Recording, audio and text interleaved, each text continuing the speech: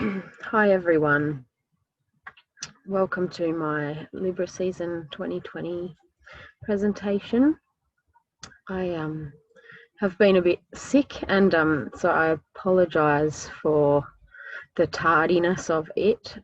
We're a few days into Libra season now and my voice is still a bit croaky, but hopefully it will hold out. For this slideshow and a few thoughts that I've got to share. I'm in my car office again, so I will get rid of my video and yeah, we'll go on.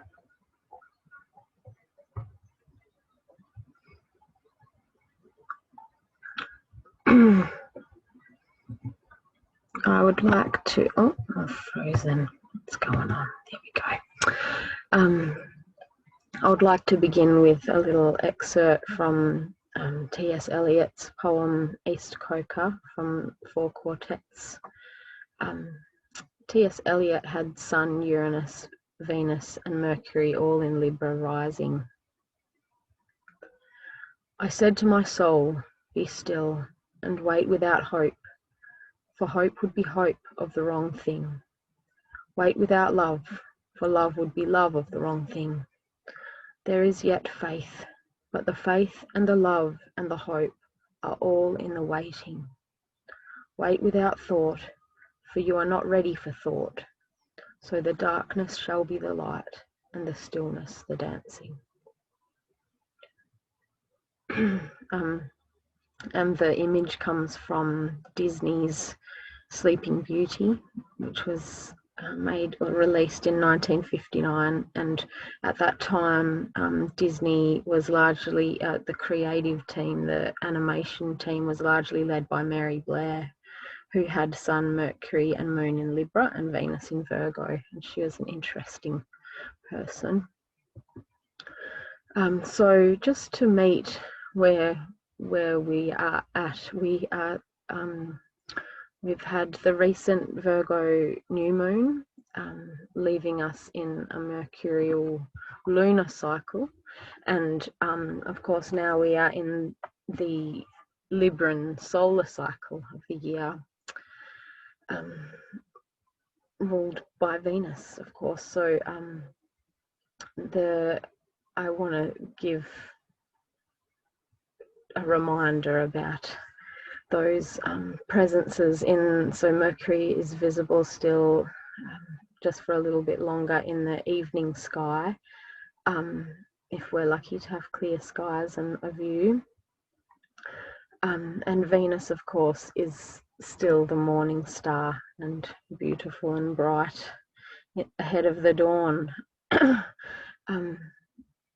And it has this overlap of seasons has really brought me to thinking again and again about even amidst these difficult times, and any difficult times there is beauty, and perhaps the beauty may be our salvation if we allow ourselves to notice and dwell with that beauty for moments throughout our days and nights and difficulties. So there's been a mutable cross activated during Virgo season, and especially heightened with the Virgo new moon, which for me has been about, well, it's led to my consideration of what is ready for harvest, what is ready for release, and what is ready for transmutation as we come to the end.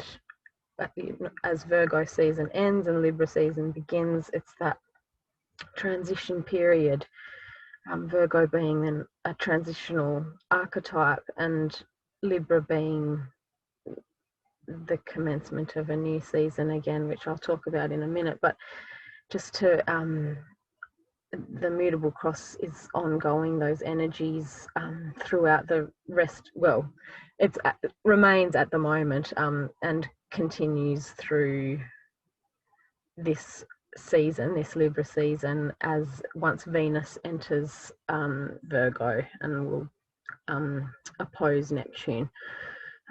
But yes, it just has made me consider these mutable energies and how we can become so the South Node being in Sagittarius, of course, and that at that one end of the spectrum we have that fundamentalist and like condemning kind of energy where we get really stuck in one particular way of, like, one particular belief, for example. Our own experience leads us to have a very rigid kind of view of how things are.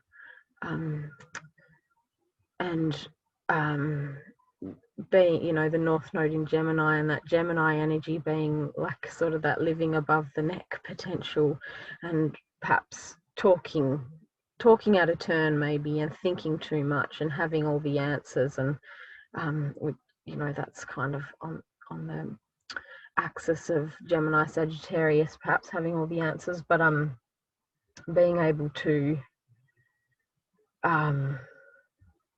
argue anything, kind of. Yeah, and then of course the square to Neptune retrograde in Pisces, and the disillusionment that's going on in the world, and, you know, the head in hands kind of despair at the lack of leadership and those kinds of things, as well as the need for people to escape, that people feel so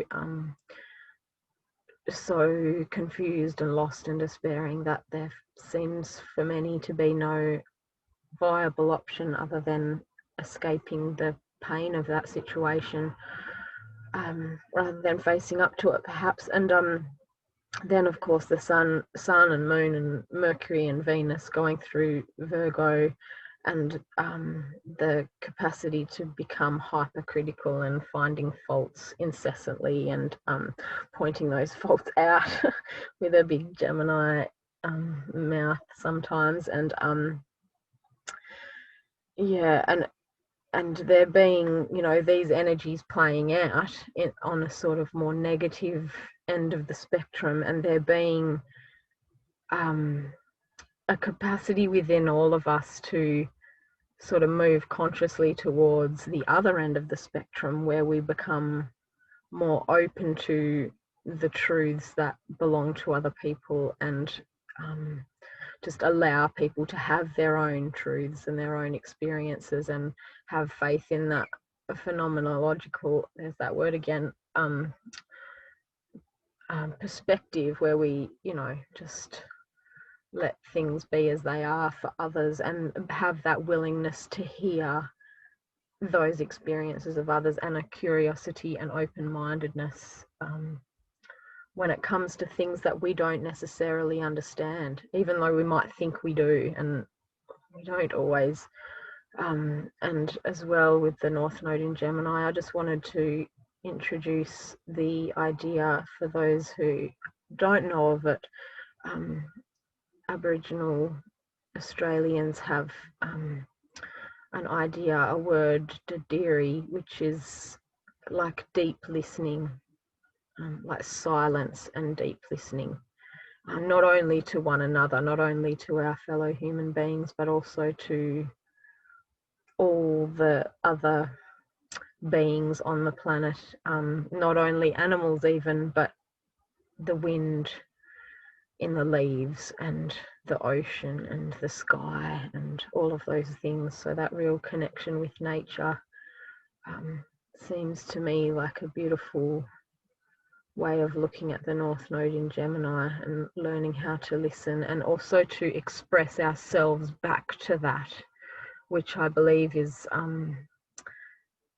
again in the Australian Aboriginal sort of dreaming way of looking at it, is that yoro yoro, everything in its place, everything has its place, everything is in its place, and we need to be open to and open with everything. So yeah, and of course, you know, with Pisces and Neptune, the capacity to become compassionate in our relationships with other people rather than condemning or converting or shutting people down or holding grudges, you know, that lack of forgiveness. Maintaining a grudge is really hard work. Forgiveness can be a real liberation for ourselves as much as for others. And yeah, with the Virgo, of course, the capacity to analyze and discern meaning, you know, that Sagittarian thing, and having that sensitivity to nuance and subtlety that Virgo is so well attuned to, that we can see all the many tones and shades, and yeah, tapping into that at the moment rather than getting too polarized, because I feel like the polarity, which is where we're going next with Libra season, with our conversation about Libra season, is very big now. And yeah, but allowing ourselves to participate in this process of change and identifying the ways that we perhaps engage in all these kinds of perhaps less positive behaviors, and it kind of keeps us stuck in this story of, you know, whether it's victimhood or you know, trauma or whatever it is. But you know, we can get stuck sometimes when we don't allow things to move. And of course, the nature of the mutable signs is endings, change, and movement in that way, that mutability. So and the process of change is both passive and active, and we can be engaged with it and we can allow it to happen to us as well. Yeah, so, and it's obviously happening whether we engage with it or not. So how can we benefit from it is my question. Yeah, so leading from that into Libra. So I have this quote from Marion Woodman from her amazing book, Addiction to Perfection. To identify with one or the other, extremes of black and white, can only lead to plunging into its opposite. The ratio is cruelly exact. The further I move into white radiance on one side, the blacker the energy that is unconsciously constellating behind my back. The more I force myself to perfect my ideal image of myself, the more overflowing toilet bowls I'm going to have in my dreams. So yeah, we have had the equinox on my time, Australian Western Standard Time, the 22nd of September. The sun ingressed into Libra and remains applying to oppose Black Moon Lilith and Chiron. And perhaps this is a positive that's come out of my delayed recording of this talk, is that I've had a few days of experiencing this Libra season and have noticed a few things coming up, and perhaps it's particularly in relation to, I guess my attention is a lot on Chiron at the moment, being as we're coming to the midpoint of the retrograde season, retrograde phase of Chiron's or cycle, and the sun will oppose Chiron in the next few days. I'll give you the dates for that in a minute. And yeah, so as well, Mercury opposite to Eris and square to Capricorn, while trining the North Node and entering the retrograde shadow zone. All of that occurred at the equinox. So the last few days are worth reflecting on in terms of what's emerging as Mercury descends as the evening star and applies to conjoin Juno, and those kinds of things that are going to be coming up for the Mercury retrograde later in this season, in this Libra season. So and Venus, of course, separating from the conjunction that was at 18 degrees of Leo a few days ago. It was, I think it was the 21st. And now they're separating now. Venus is, I think, at 23 or the 24th degree of Leo, and trining the South Node and sextile the North Node. And so nice to tune into her again for guidance, especially this month. And within that grand fire that occurred, that created a grand fire trine, that conjunction with Venus and Vesta as well. So that was sort of part of setting the tone for this season and what we can tune into. So the South Node, of course, in Sagittarius, and Mars and Eris retrograde in Aries made up that grand fire trine. And a very creative, for me, that feels so creative and so powerful in terms of aspects to do with the dark feminine, with Eris and Mars, not just the dark feminine, but the dark feminine working with that masculine capacity to move forward. So even though they're both retrograde at the moment, something's happening between those two that can be of benefit to us all, of course. And for me, that feels very much to do with allowing for the penetration of Mars energy and that masculine energy within the Eris dark feminine, all that potential unconscious painful stuff that can also come through from the South Node in Sagittarius, and all this condemnation and like all the belief systems that have perhaps fed into this unconsciously carried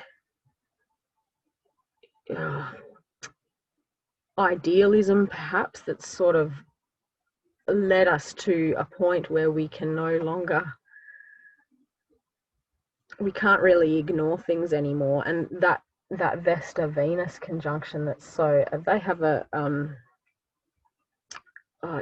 to have like that focus and that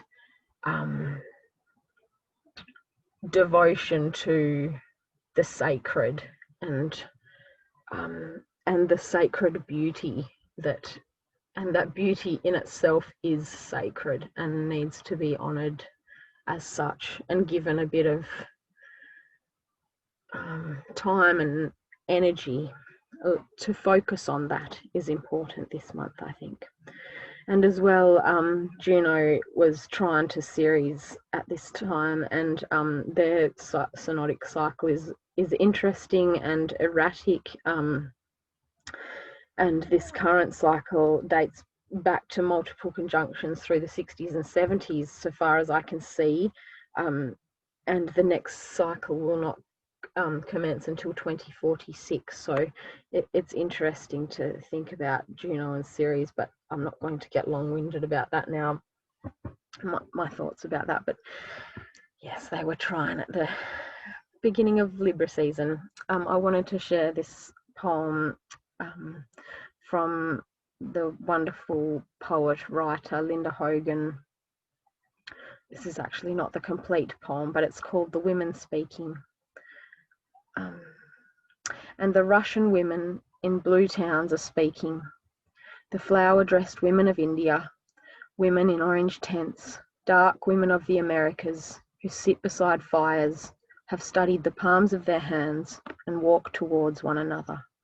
It's time to bless this ground. Their hair is on fire from the sun, and they walk narrow roads toward one another. Their pulses beat against the neck's thin skin. They grow closer.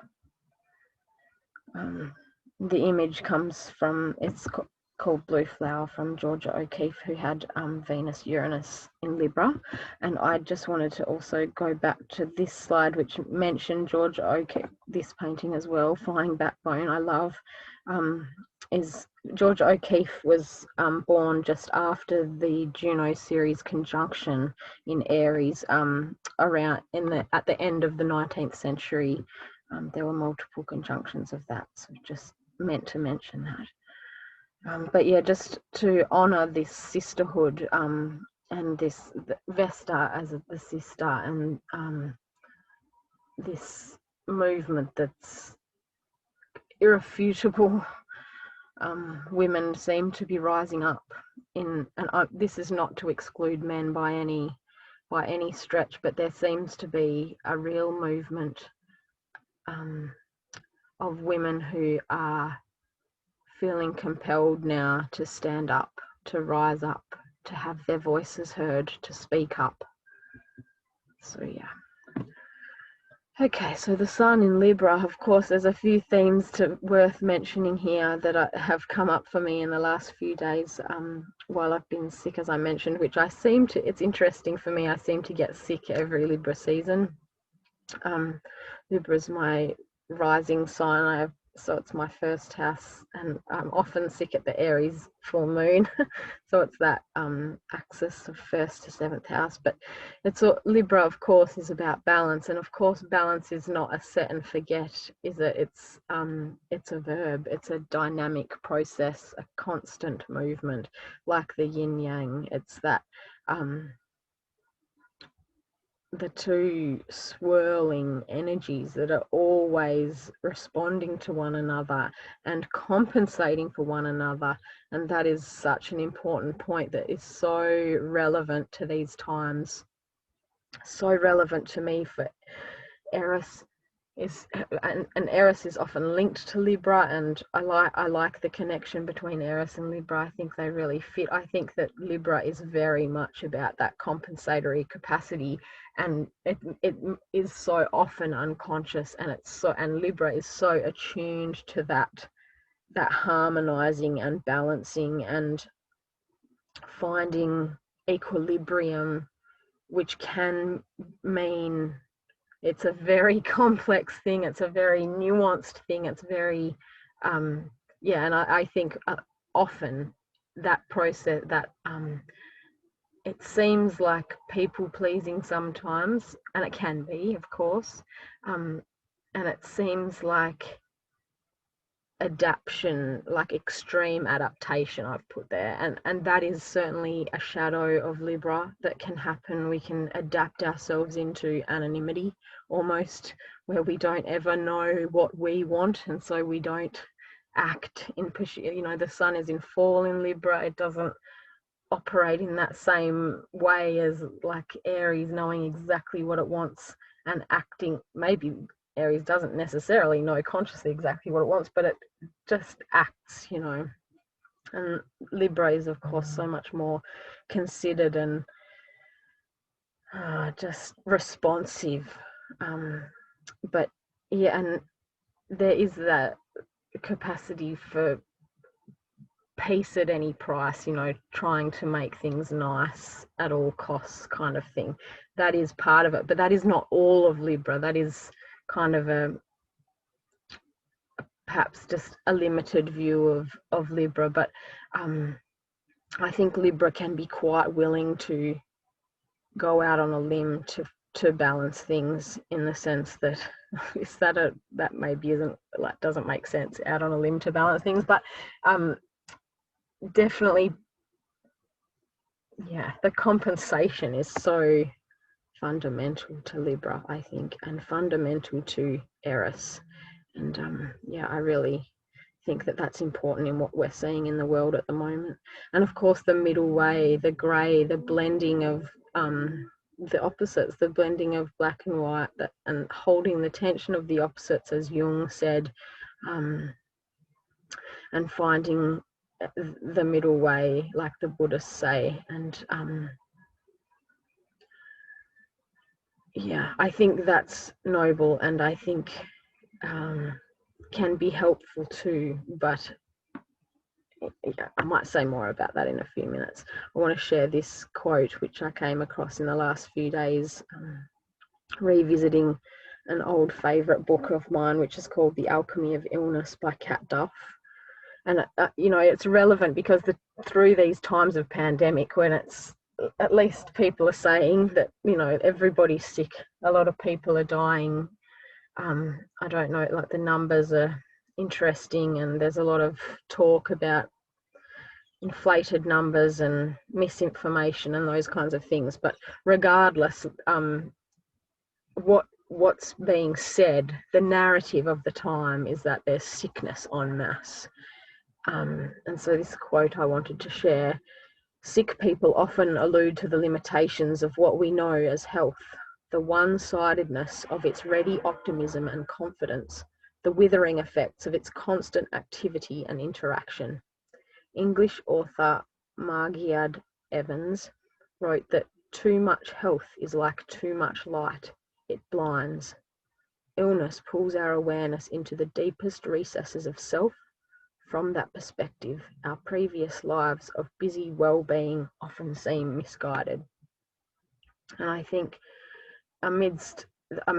there's a lot of people obviously who don't believe in coronavirus, or they don't see it as a threat, and see the social isolation as the threat, and the social distancing and all those things, which I get that. I see where they're coming from. I see what they mean, and I can certainly agree with that to some extent, at least. But I also think that within this time of, we've had 6 months of this now, so this has been going on throughout this zodiacal year. Since Aries season is when it all sort of hit the fan, and everyone's been, and I know some people have been extremely isolated, and that can become pathological almost for some people who may be more sensitive to that sort of situation than others, and not so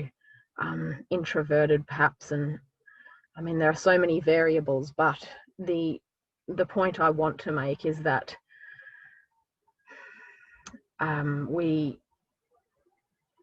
when we're thrown back upon ourselves and on our own resources, our own inner resources, things can happen in that situation of suffering, sickness, and isolation that can't really happen any other way.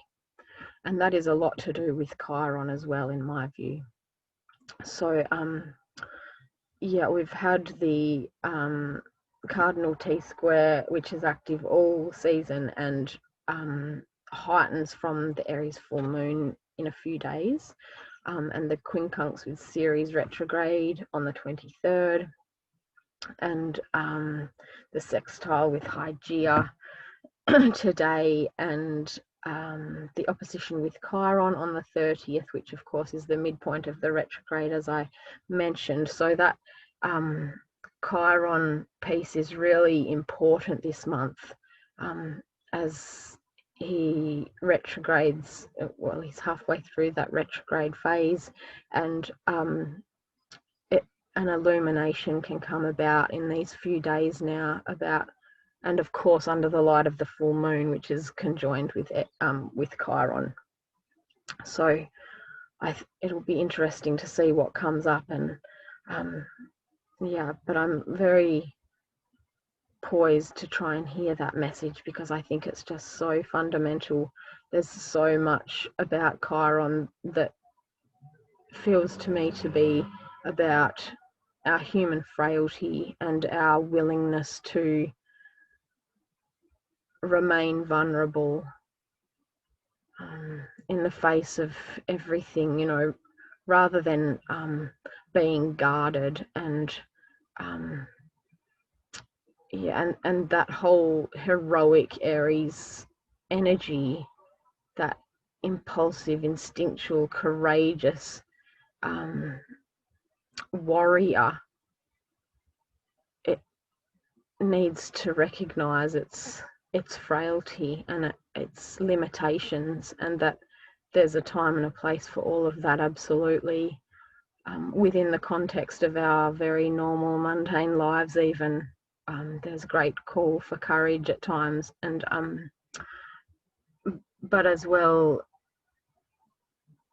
sometimes the most courageous thing is to be vulnerable, and it's really hard to be vulnerable sometimes, and Chiron is what teaches us that heart-opening willingness to be human, to be flawed and fragile, and just to feel into that. And then that is where real human connection can occur, when we're willing to be in that place, and be witnessed being that frail being. And that can come through the experience of being ill or sick or wounded or grieving or failing, or those difficult moments of humanness. And yes, of course, so there are the rest of the aspects there, which I may not go through because I don't want this to be too long of a talk, but there they are. I want to mention actually the third quarter square moon in Cancer, which creates that cardinal cross on the 11th of October. So that's following on from the full moon.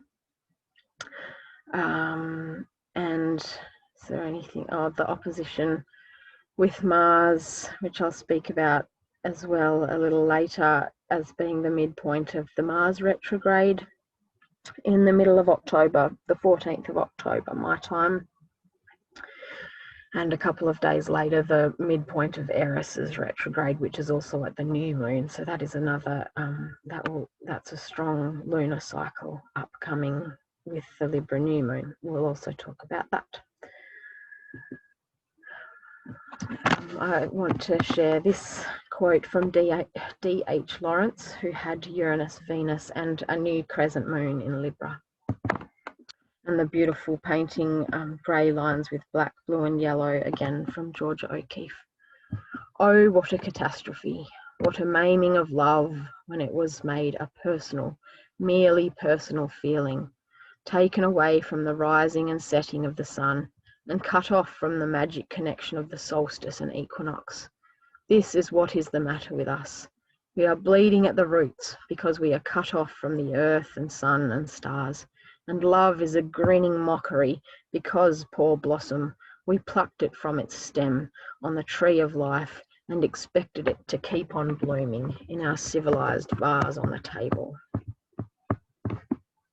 Felt very Libran to me. Here's the chart for the Aries full moon conjunct Chiron on the 2nd of October. And of course, I've got there the Mars Eris retrograde with Black Moon Lilith as well, very prominent, square to Pluto retrograde and Saturn. And Saturn's almost stationing direct now, slowed to almost station direct.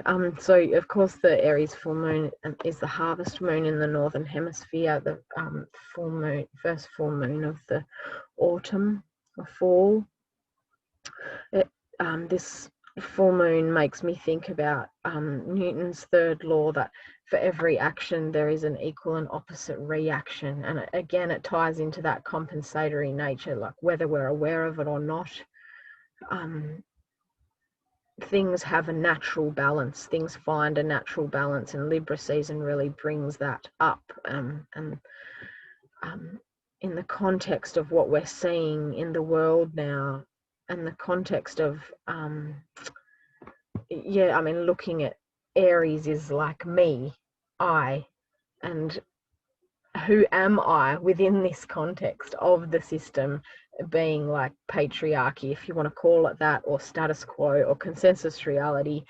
But not only that, it's also to do with the cosmos and the powers that really be, there's the powers that be in terms of like the human, like the system that we live under. And sure, there are there's a, so much information, misinformation, whatever, being shared at the moment, going viral, whatever. And no matter how you sort of look at everything, there's clearly toxicity, there's clearly oppression, there's clearly severe wrongs being done by the system to the people, to the me's and I's all over. But as well as that, there's the cosmic order, and the cosmic disorder, and they work in that yin yang way. And so despite appearances, and it can look so bad, it can feel despairing to look at the way the world is now, and to wonder how it will ever right itself. But I endlessly optimistic Sagittarian moon, I believe in the compensatory nature of the unconscious and of the cosmos to right itself. And even though it looks hopeless, somehow this is part of the righting of the wrongs, I hope, I think.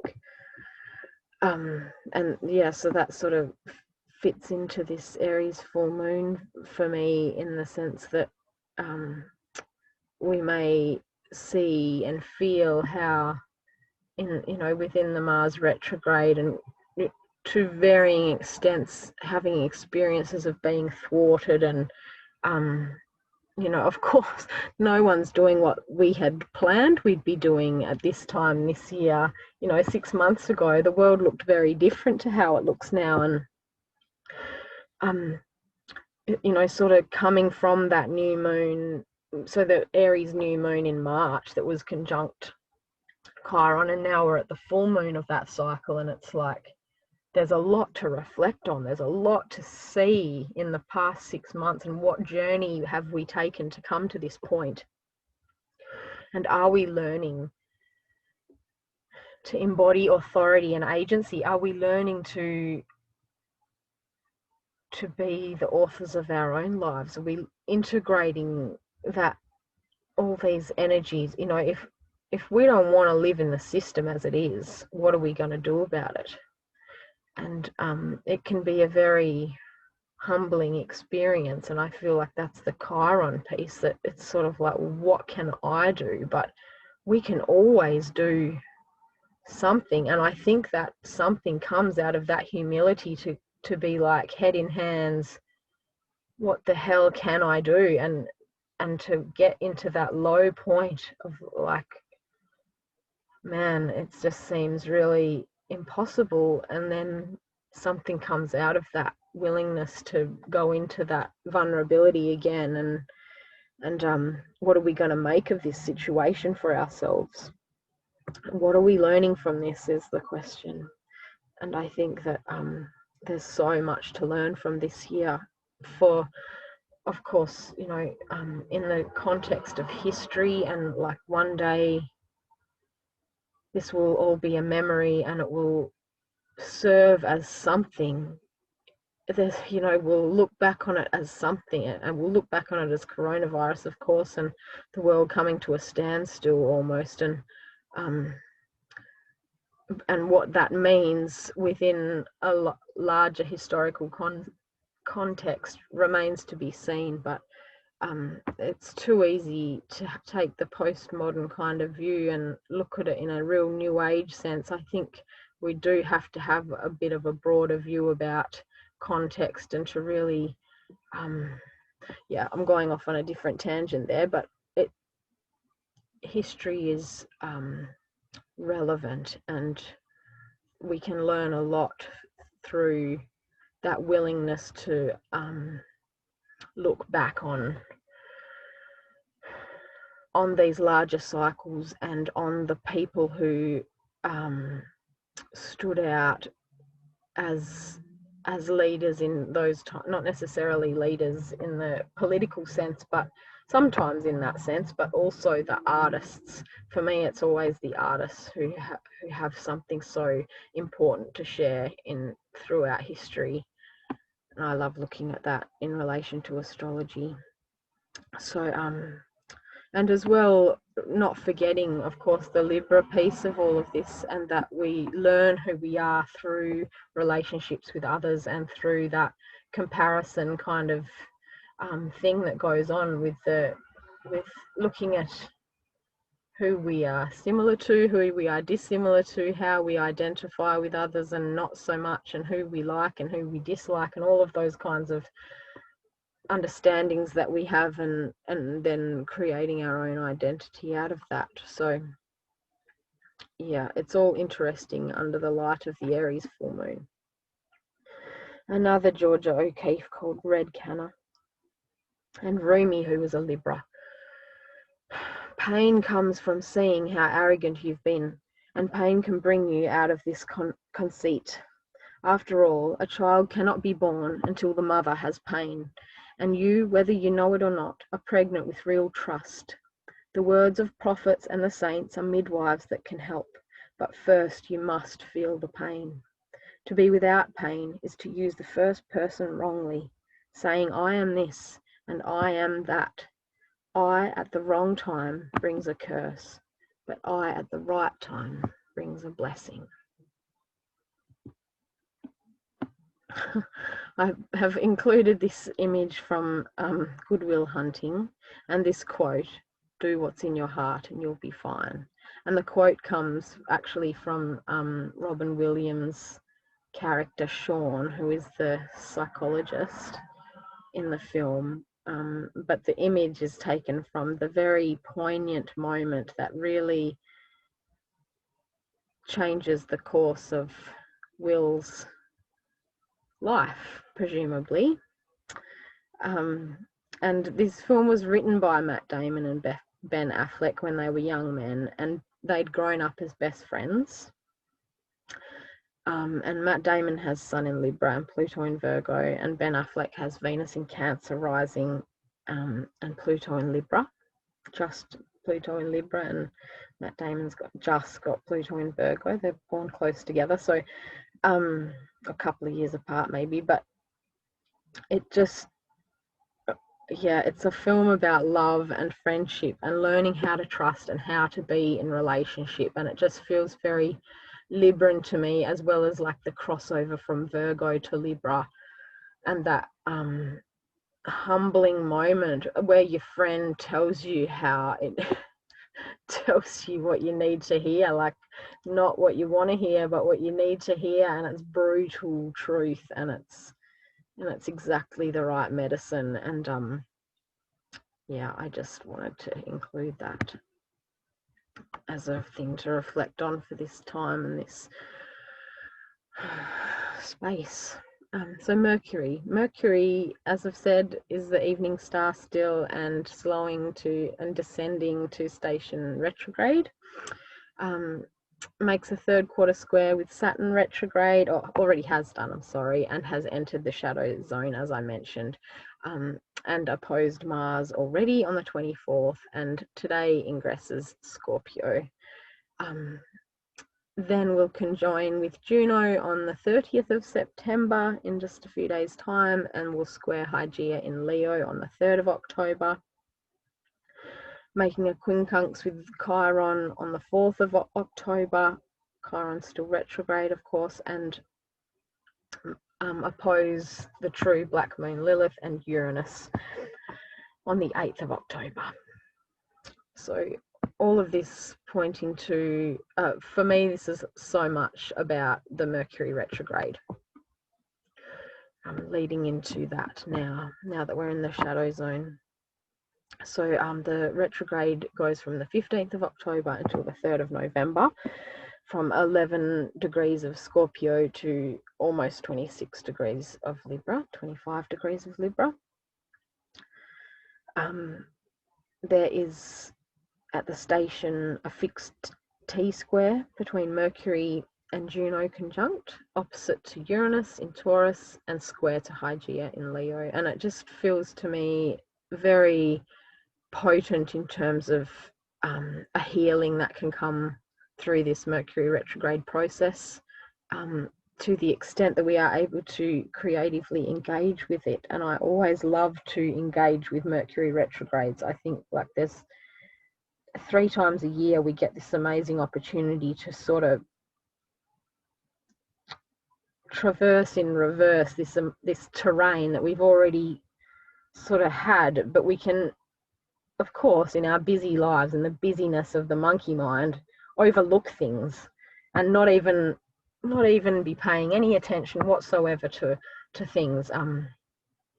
And Mercury retrograde gives us the opportunity to have a second chance at that, and it's really cool. It's not always pleasant, but it is certainly an opportunity for creative growth and learning and those cool things.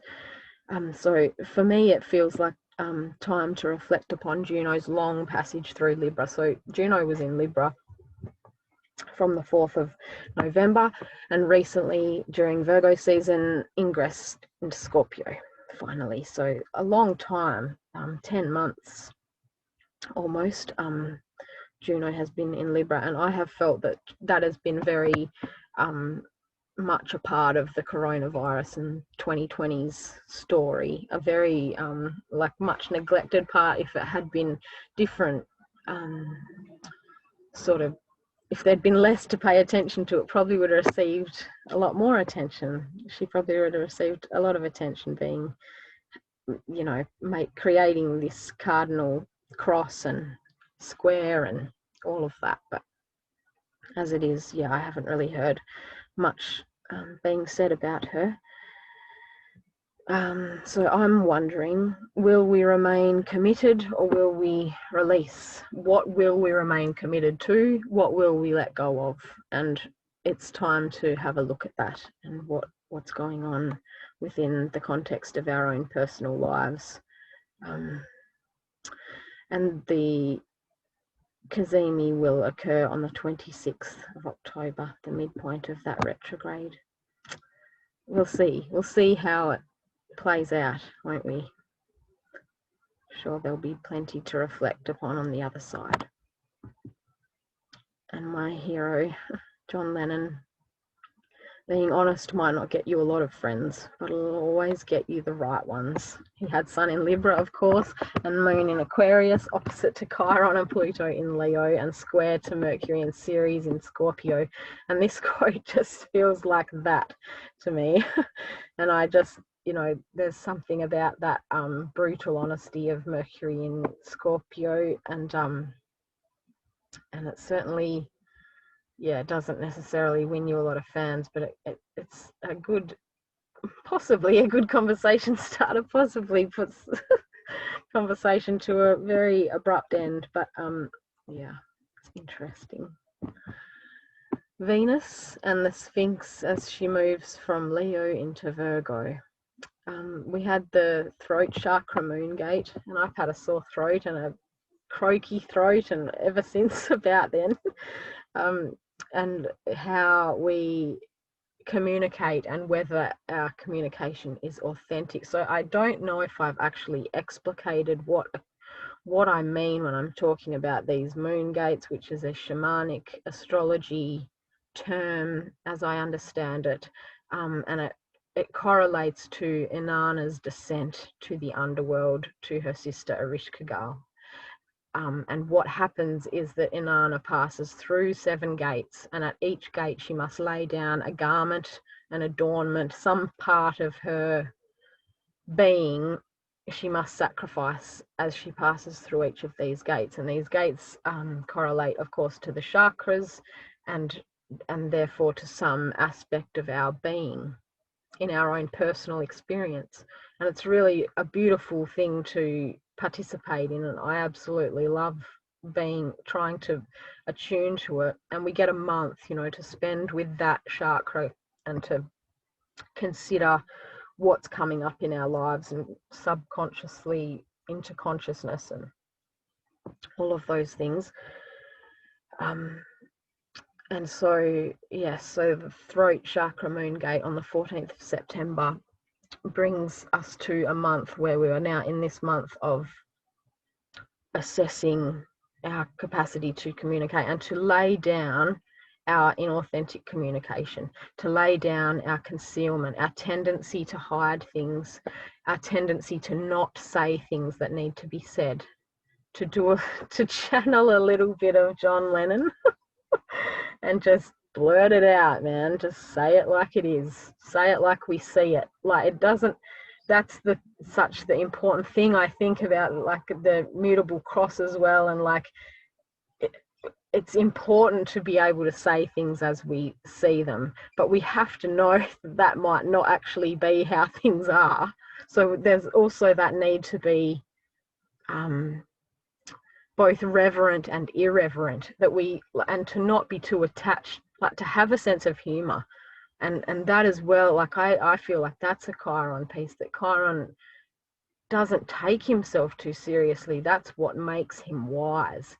He is the wise teacher. He mentors all the heroes, but his wisdom comes from knowing that he is flawed and wounded, and our wisdom likewise comes out of that experience of feeling into being wounded, being flawed, never being able to be perfect, and recognizing that.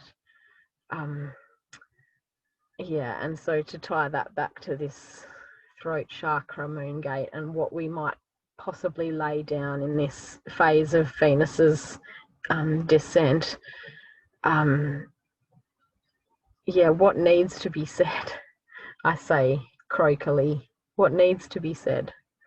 What remains unsaid? And so learning how to find our voice. And of course, so on the corresponding Venus as the evening star, and her ascent, and she again, there's the same moving through each of the chakra gates, with the new crescent moon aligning with her, signaling that the moon gate of each month. And then we pick up through the same chakra energy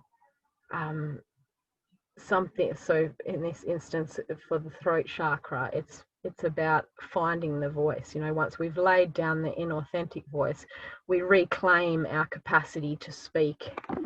Yeah, but I think that in laying down this inauthentic communication, invariably that leads to a finding of authentic voice. So yes, so already Venus has made the quincunx to Neptune retrograde on the 23rd, and also the quincunx to Pluto on the 26th. That was yesterday. Trine to Mars, of course, in a couple of days, and that's a moment as Venus and Mars travelled almost trine to one another for weeks and weeks earlier in the year, when Mars was mostly in Aquarius and Venus was mostly in Gemini. Yeah, and there may have been some crossover with signs there, but it was weeks of almost trining, never quite completing. Now that trine is completed on the 29th of September. So something of that cycle, which began last Virgo season, the beginning of September last year, 2019, is coming to that trine point now, and coming to like an expression, an ease of expression, and something. Yes, so reflecting upon that is very worthwhile. Always being aware of these many cycles that are active within our lives, but yeah, a nice thing to be aware of amidst the Mars retrograde, more challenging energies. The opposition between Venus and Ceres. Ceres is going to ingress into, or regress, should I say, into Aquarius, now at 0 degrees of Scorpio, of Pisces.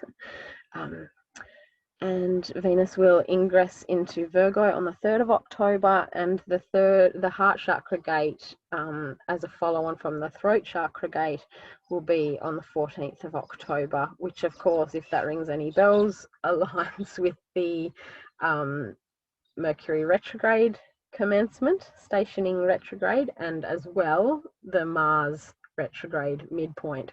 So the middle of October, the days around this time are very, very potent indeed. Very much worth being awake.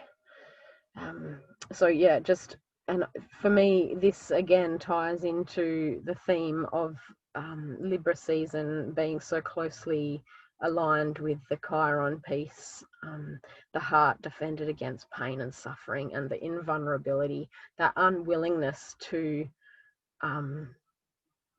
drop our guard, to drop our defenses. We need to lay down that it's like an instinct, isn't it, to be guarded sometimes and to get defensive and to maintain like very rigid boundaries, even like, and sometimes, I mean, this is a very slippery slope and a very awkward conversation to have, because of course we are entitled to have boundaries and to not have people overstep them, and yes, we can set clear boundaries with people and all of that is very healthy, but it can become, we just need to be very honest with ourselves and have that Virgo capacity to appraise what's going on within ourselves, because we can definitely use it to defend ourselves rather than to be vulnerable and open and real with people.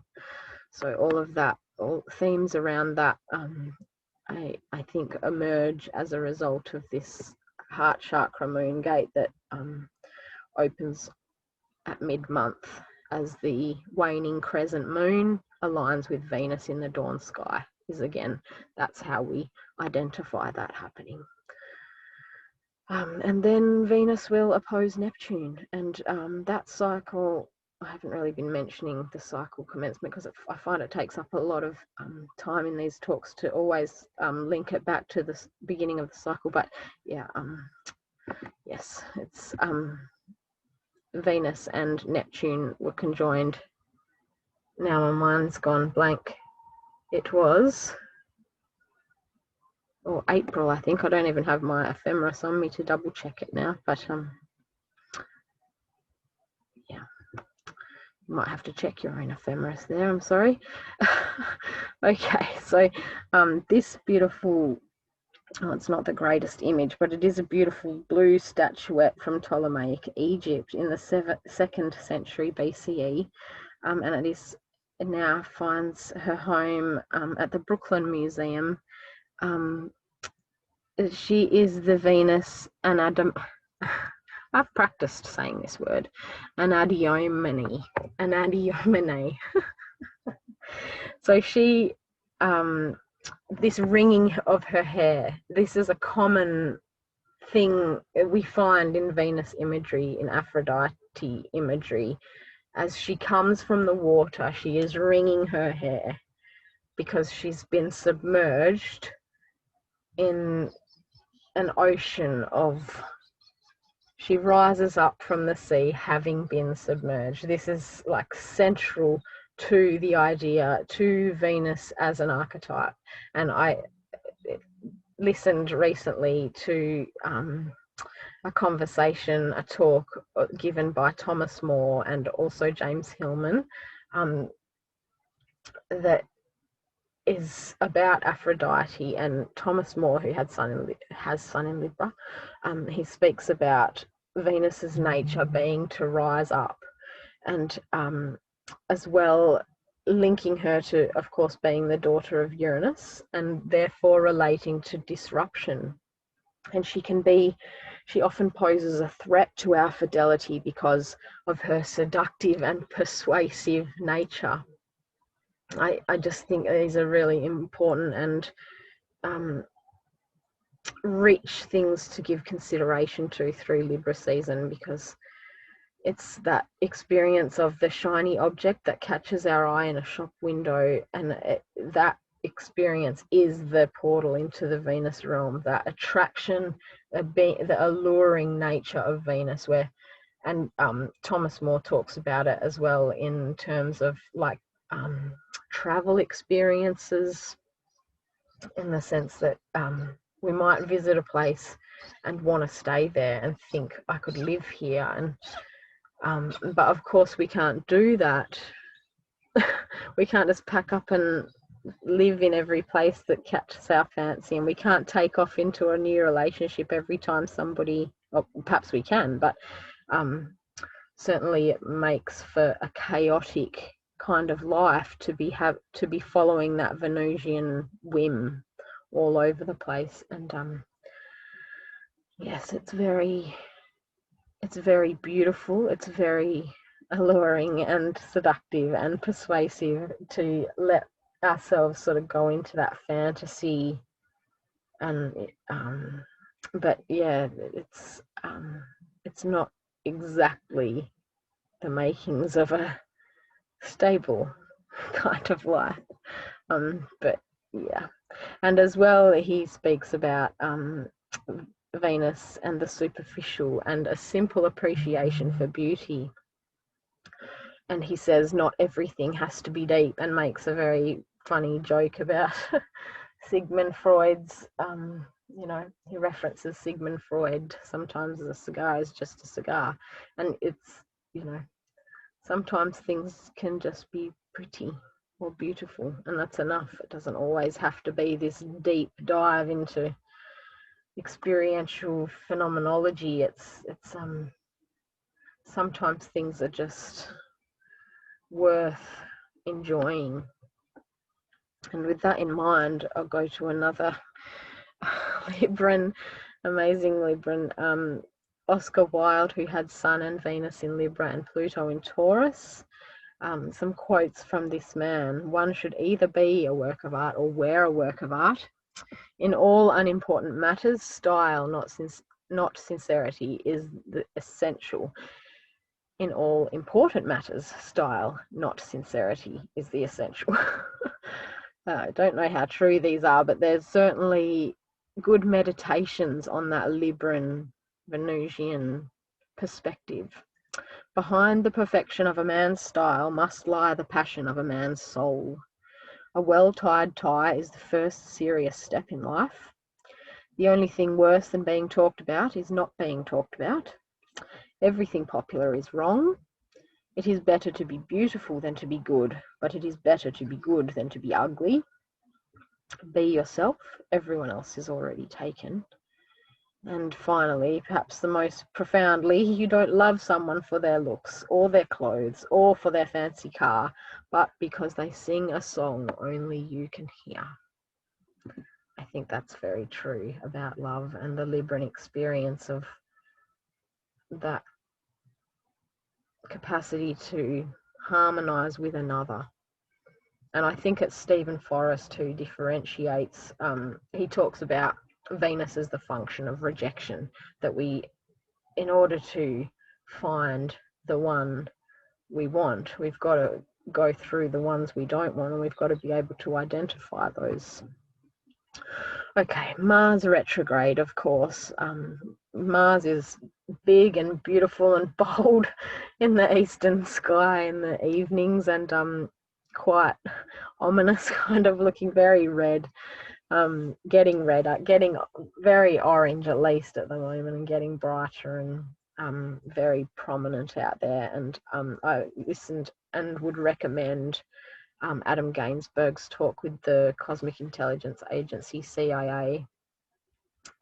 He does a lot of good work and a lot of research into the cycles, of course, of Venus, and he wrote that very good book about Venus's cycle, and hopefully he'll do the same with Mars. But for the time being, he's making content available about the Mars cycle. So he says that Mars represents the instinct to do what I am. It is pre-personal, unfettered action and engagement. He says, do what I am, in stark contrast to be who I am. differentiates between the two, and I really like that. I really feel like that's very true, that we sort of instinctively do our Mars. We just can't help but do it, in whatever way that might come across with, like, yeah, and to sort of kind of try to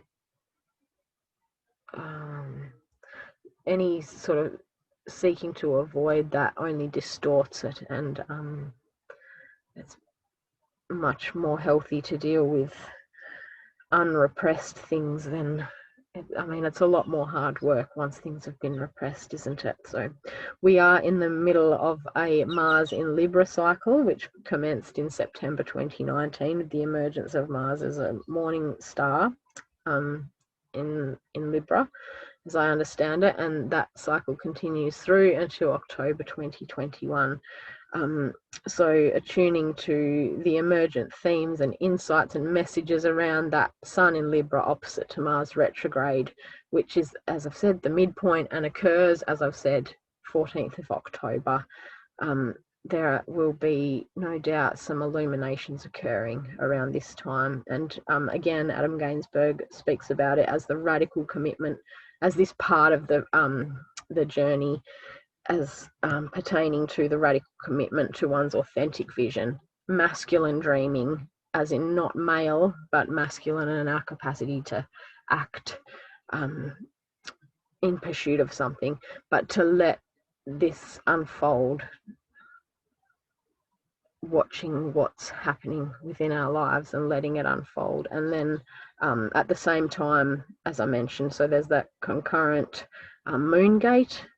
Luna conjoins Venus in Virgo in the dawn sky, and they will be also sextile to Mercury and Juno in Scorpio ahead of that Mercury retrograde, which as well starts on the 14th of October. So it's just an interesting and very potent time around there, as I've already said.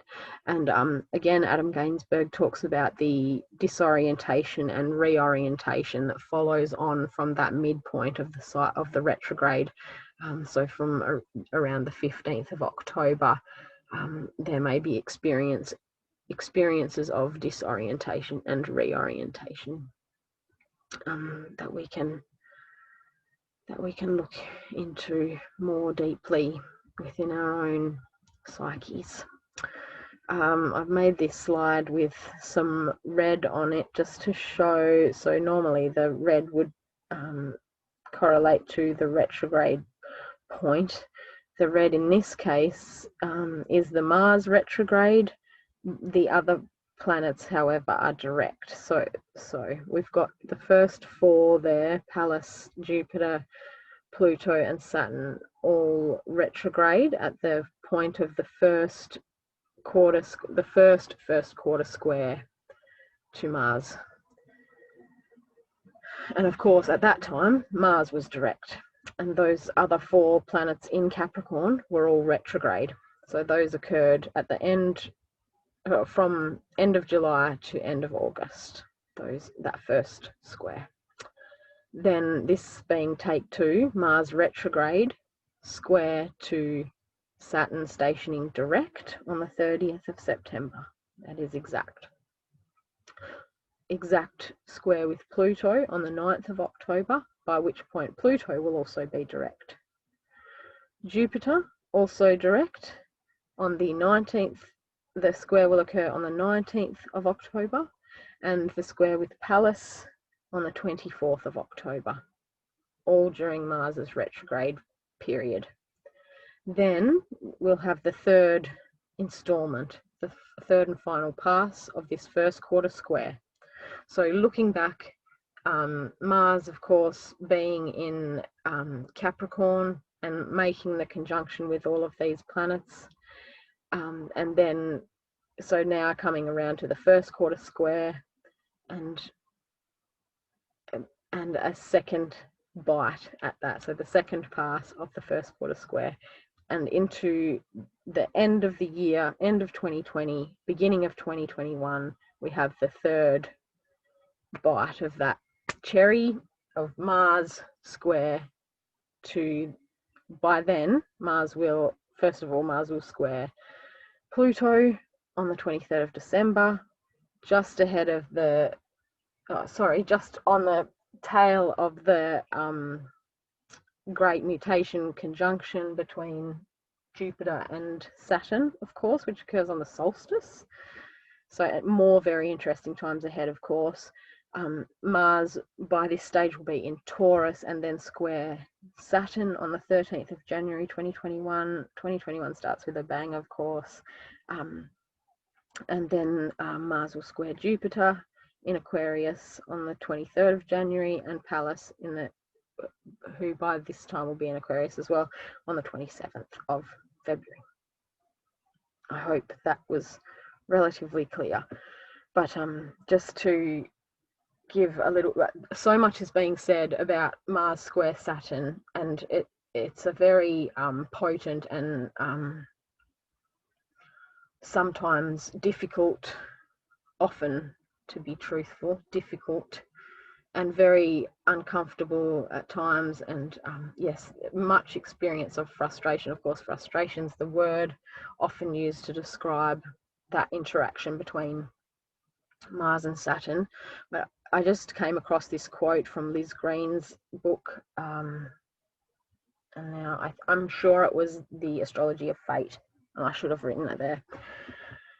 She has, I should say, Venus, Jupiter, Neptune, and Mars in Libra, sextile to Pluto in Leo. So, and she's also got a lot of Virgo in her chart too. So, she wrote, "Intense frustration is one of the more recognizable Mars-Pluto experiences.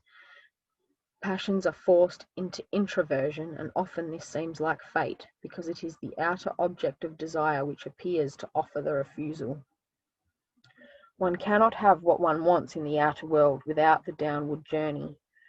It seems as though Mars-Pluto is often forced to accept a double bind, to acknowledge and value the primordial qualities of nature, yet at the same time to accept the frustration in the expression of those qualities until they have been purified by fire."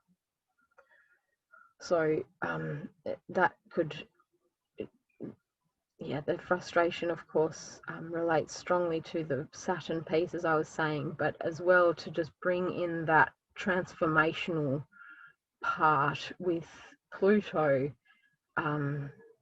the evolution of the soul, and what we can really do with this time, and perhaps to the extent that we feel frustrated is the extent that we will be transmuted by and purified by the fire of this time. Perhaps said another way, like the suffering is proportionate to the purification and the sort of sanctification, perhaps even of what we're enduring through this time. And as well, just to echo the common way of looking at it, and very true, it takes times of having things made impossible for us or taken away from us to awaken us to what we really want. And so if nothing else, perhaps we can gain clarity on what it is that we really want and what we're going to make our lives stand for as a result of having come through the fires of 2020, and what is it all going to mean for us as we make it, as you know, time and Saturn and it all sort of does its thing on us, and we can make sense of it and turn it into something. So the pyromancy, the reflection, for the Zoroastrians, fire is the Holy Spirit from which all life was born, the first element. So yeah, just as I was saying, so what action do we want to take? What desire is ignited in us? And we have been given this extended period of time to make manifest the impulse of the Aries season and Mars in Capricorn period. So, you know, when that when the cycle began earlier this year in March and April, what was born in those fires and now comes to the first quarter square. We've got this, this retrograde period and square to Saturn and square to Capricorn. So yes, there's that thwarted, frustrated aspect, but there's something going on within the fires of this. It's like this container we can't get out of this situation. So we have to sort of allow it to do its thing on us. And what is it? What is it? We get to actually we have this amazing gift of looking at it for a longer period and really getting time to meditate on it and really feel into it and what it is all about for each of us personally. Something that is being born out of the difficulties of this year. And yes, that I've sort of spoken to all of this already in relation to this process that has unfolded through this COVID-19 time. And are we able to use this time to take right action, like in a matured and tempered way, like taking notice of the Capricorn part that we can only do what we can do at any given point. And what we can do right now might be seriously limited, but there's something that we can do within this fiery time. And it may simply be like meditation or contemplation or just being with the discomfort and going to that edge inside of us that is unpleasant and frustrated. But yes, in whatever it is, we can plan for and take whatever meaningful steps in the direction that we want to go. But where do we go now that it's the end of the world as we know it is the question. Yeah, we have no idea where this is all going. So the about face that we're on the cusp of, the Saturn station direct on the 29th of September at 25 degrees and 20 minutes of Capricorn. Saturn retrograde period from almost 2 degrees of Aquarius on the 11th of May. And Saturn returned to Capricorn on the 2nd of July in my time. The Pluto station direct on the 4th of October. I've missed something here, haven't I? Okay, well, I'll just talk to what I've got here anyway. Pluto station direct on the 4th of October at 22.5 degrees of Capricorn. Pluto retrograde period from 24 degrees and 59 minutes of Capricorn on the 26th of April. That retrograde period began. And the Ceres station direct on 18th of October at 28 degrees and 36 minutes of Aquarius, which correlates very nearly precisely to Mercury's retrograde so I've written there, recall Mercury retrograde in Pisces season, like February, March 2020, Mercury retrograded from around about the same degrees of Aquarius, of Pisces back to the late degrees of Aquarius as well. So there's something here about that for me, and I think it's really worth reflecting on in personal lives and what it comes to for me. So yeah, today Ceres retrogrades back into Aquarius, and the Aquarius piece of this is important, I think, because it's sort of brings the attention to Aquarius, and of course there's going to be plenty of attention on Aquarius in good time, with Jupiter and Saturn both entering there at the end of the year. So and that whole cycle commencing, the great conjunctions being in the air signs for the next 200-ish years. So this whole new air element coming in, which of course we have experienced with the Libra conjunction of 8081, and then the mean conjunction in Gemini as well in 2000, and now in Aquarius, the both being in this Aquarius. So the Aquarius is obviously a very interesting place for this to all take place, and the archetype being correlative to many things, but among them is the group, and the group, so on that axis with Leo, me within the context of the group, and how the group can quickly become quite distorted in its expression. So although a group can come, like a group of very good people can come together, I say good people in quotes, you know, like well-intended, perhaps is a better way to put it.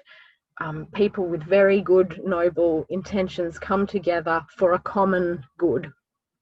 And at the formation of the group, it quickly distorts somehow. There is something that happens within groups that it's like, perhaps it's like a common denominator thing, lowest common denominator, like something like that. But I wouldn't want to demonize anybody in particular, because we all bring our lowest possible qualities to the group.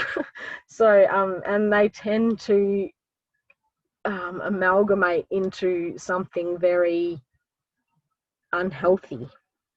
I don't want to say that all groups are bad. It's not really what I'm saying. I believe in community, and I believe in, you know, there's obviously positive qualities and positive aspects to Aquarius. Of course, it's an amazing visionary, you know, revolutionary energy, but certainly that is how damage has been done within human history, is as a result of well-meaning individuals coming together for a common good. And so that's why I want to honor this amazing Libran Sun, Mercury, Uranus in Libra, Venus in Scorpio rising, Jupiter in Aquarius, and Pluto, Neptune, and Moon in Gemini.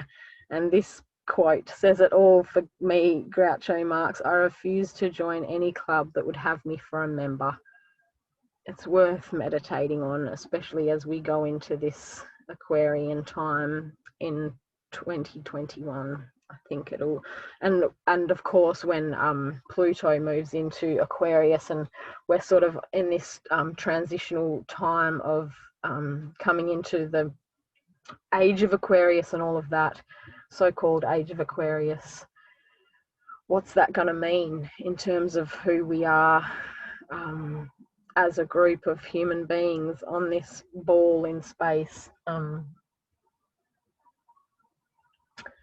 Remains to be seen, doesn't it? It'll be very interesting times ahead. But yeah, I'm very wary of joining any groups lately. Increasingly that's become a thing, a theme in my mind,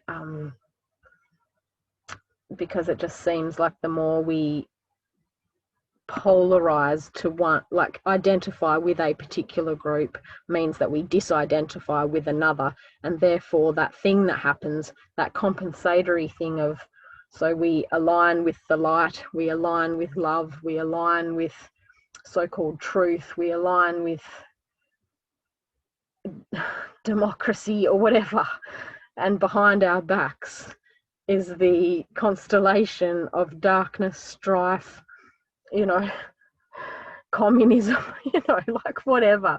I'm mixing up my Marxes there, but it's very I hope that provides something to reflect on for everyone. I'm not trying to detract from groups as such, but I think it's worth being reflective and open to the possibility that groups are not all they're cracked up to be. So or at least that they have a shadow, you know, like everything has a shadow. And the brighter the light, the denser the shadow, perhaps. So the Libra new moon, of course, coming to the end of this presentation, we see at this point the constellation of that mutable square cross again, grand mutable cross, yes, with the nodes and Venus opposing Neptune. So and as well, the new moon being conjunct the fixed star spiker, which I really like to think about, because it's one of the pleasant things to think about, possibly, and perhaps it's a very, very strong and conflicted kind of new moon and lunar cycle, the Libra cycle, but it's got that going for it, the conjunction there with the fixed star spiker, so, or speaker, however people want to say it, pronounce it. And there is also, of course, the cardinal T-square activated, and the trine between Mars retrograde, Eris retrograde, Black Moon Lilith, and Vesta, which is potent, and the opposition between the Moon and Eris and Mars, both retrograde still, and the square to Capricorn as well. There is a harmonious aspect to the lunar nodes, which can bring something in terms of our evolutionary trajectory, bringing something out of the past into the present in order to go towards a future. And the mutable cross, as I said, already mentioned, and the Venus trine to Capricorn as well. There's absolutely things of value to be found amidst all of this shit fuckery, as I've named it before. It's all for our benefit, if you ask me. And yeah, Mercury and Juno opposing Uranus, still at this time in the fixed T-square and Hygeia as well. And there's also the trine between Hygeia and Chiron, which is an interesting combination of healing energies there coming out of this Libra new moon. So I'm hopeful for that lunar cycle that comes closer to the end of Libra season, 17th of October. And I just want to make note again of the beauty, to just remind us once more. James Hillman quotes this in his book, Soul's Code, I think. And he had Venus exalted in Pisces. Of all psychology's sins, the most mortal is its neglect of beauty. There is, after all, something quite beautiful about a life, but you would not think so from reading psychology books. Again, psychology fails what it studies. Neglect of beauty neglects the goddess, who then has to steal back into the departments as sexual harassment, into the labs as research experiments with sex and gender, and into the consulting rooms as seductive assignations. All the while, psychology, without beauty, becomes victim of its own cognitive strictures, all passion spent in pushing for publication and position. Without beauty, there's little fun and less humour. Doesn't sound very good, does it? So bring on the humour, bring on the Groucho Marx quips and the slapstick comedies and the moments of beauty, pausing to enjoy the superficial moments of beauty amidst all the chaos and all the destruction and all the obvious horrible atrocities going on in the world. No matter who you are listening to, it can't be denied that there is so much suffering, and all I can say is just let's make an effort to enjoy the little moments of beauty and enjoy one another and be excellent to each other. And Bill and Ted say and Yeah, so Libra season begins, I should say, with Venus conjunction with Vesta, that devotion to love and beauty and the sisterhood. Mercury being opposite to Mars and Eris retrograde and about to enter the shadow zone. So we're already in all of that. So bringing awareness to those things through this month, that not to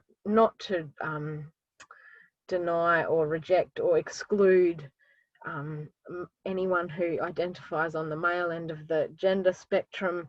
In my use of the term sisterhood, I mean like the femininity, you know, that let's kind of find some common feminine ground through which to relate to one another, to submit, to revere the beauty that exists in this world, even when it's on fire, even when people are sick and dying, even when